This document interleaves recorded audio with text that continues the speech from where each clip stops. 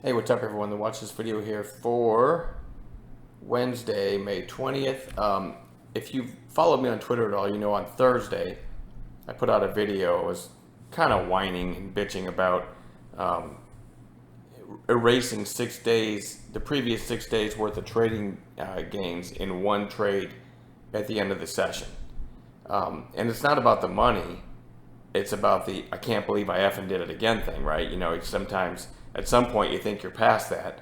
But anyway, so today it took me 3 days to get back. So I raced on Thursday, I raced 6 days of gains, and now this is Tuesday. So Friday, Monday, Tuesday. It took me 3 days to get back to new highs for the year.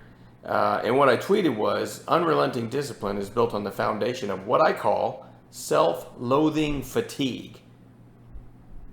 So basically, when you finally get tired of hating yourself for the repeated screw-ups, that's when you get to the next level. Have you ever said to yourself, I can't believe I effing did it again, right? I've said that to myself way more times than I'd like to admit. Trying to see how I worded it here. So when you get to get to unrelenting discipline, this was my other tweet, you have to get sick and tired to your very core of the repeated episodes of self-loathing because you effing did it again. So you finally resolve all the way to your soul to follow your rules and process with unrelenting discipline going forward. So honestly, you have to go through this. You have to go through it, and you have to can't believe I effing did it again. You have to hate yourself over and over and over. And just what you can do and what you should do is draw on that crappiest feeling in the world that I can't believe I effing did it again, right? Draw on that feeling the next time you consider averaging down, or you consider not banging out, when a trade goes against you, or you consider blowing off your daily loss limit and throwing more at risk when you've already hit your daily loss limit. Any one of those things. The next time you consider that, man, you just got to go back and draw on the pain of those days where you can't believe you effing did it again. So anyway, for me, 3 days to get back to all-time highs after an I can't believe I effing did it again day is actually a really quick recovery for me, because usually I get in my own head for a while.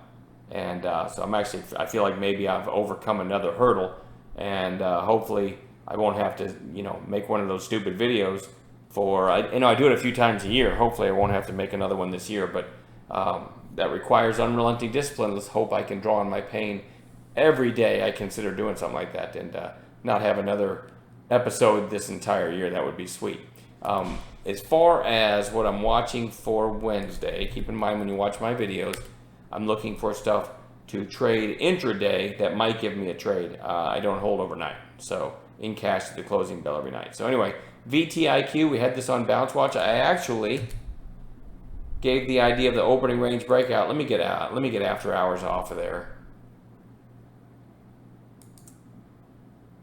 just to show you what the chart looked like. So VTIQ actually looked about like this. It was starting to curl up. Let me zoom in. It was already on Bounce Watch today. There's the opening candle. It sold off, and as it curled back up, somebody in Wayne's mentoring session actually suggested, hey, what about through 22? Wayne kind of felt like that was kind of far from the high of day, and then the next catalyst would have been yesterday's high. But as Wayne was saying that, I jumped on the mic and said, I actually like this, Wayne, over the high of day, because you've got a sellers come in, sellers fail scenario on a stock that had a huge run. I'll pan way out here. Had a huge run and then put in 3-4 days lower maybe. So I really like this opening sell-off and then the high of day break. Kind of an opening range breakout idea is what it was, which was over 22.45, and then you can see what happened. It just ripped from there. It held up pretty well in a pretty weak close. And so with that in mind, I'm going to watch it again. Now, we've already got a big green day behind us, and so we got a big green day behind us, so I don't love trading it tomorrow. I'm trying to turn off this phone thing. All right, anyway, so that one's on watch. HTBX, don't love penny stocks, but pretty nice little breakout here. We'll see if we get a follow-through day tomorrow. Spotify, SPOT.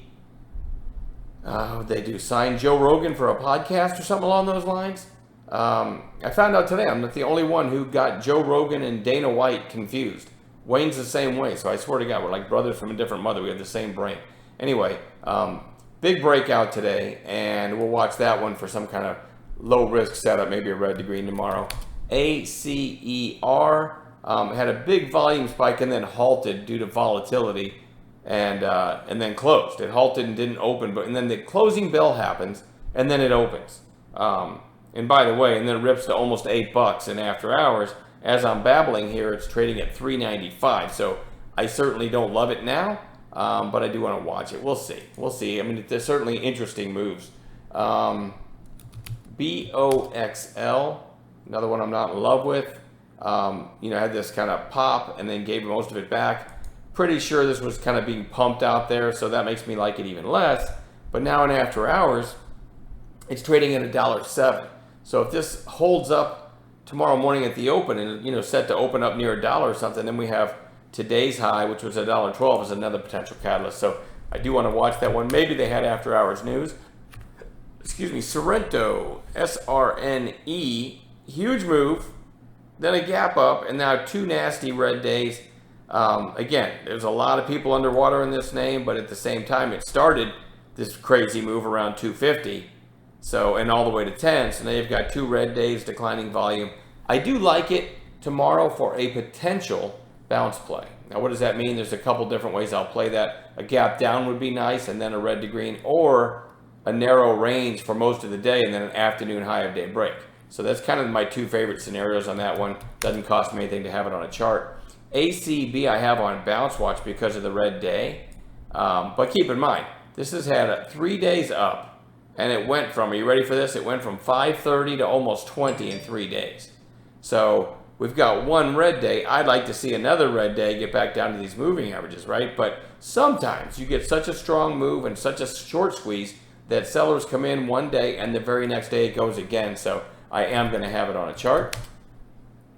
BGFV, which is Big 5 Sporting Goods, attempted breakout today over this $1.40 area, but ended up giving a lot back at the close, so we'll see. NNDM, huge move today.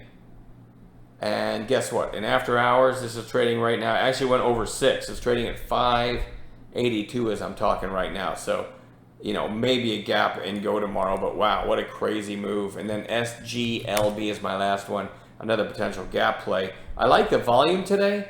In after hours, this is trading at 335 right now, so potential gap and go there as well. And we will add other gappers to this list, and keep our eyes out for news plays throughout the day and other kind of setups as well. And I think we're going to have plenty to trade tomorrow, so I'll see you in chat in the morning. Have a good night.